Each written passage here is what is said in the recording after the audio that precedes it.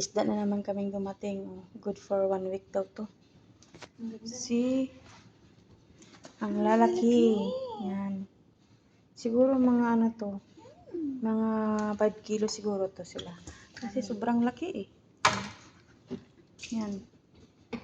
Ano kayang masarap na luto dito guys? Sabi niya tilapia daw ni Ate Irene. Tingnan niyo yung bunganga niya guys. So, yan. Oh, yung sarap ng tilapia ko. Yan, yan. Ang sarap na ng tilapia niya guys. Baka tilapia na isda guys ha. Baka iba yung iniisip. Yan. Isda ha, isda. See?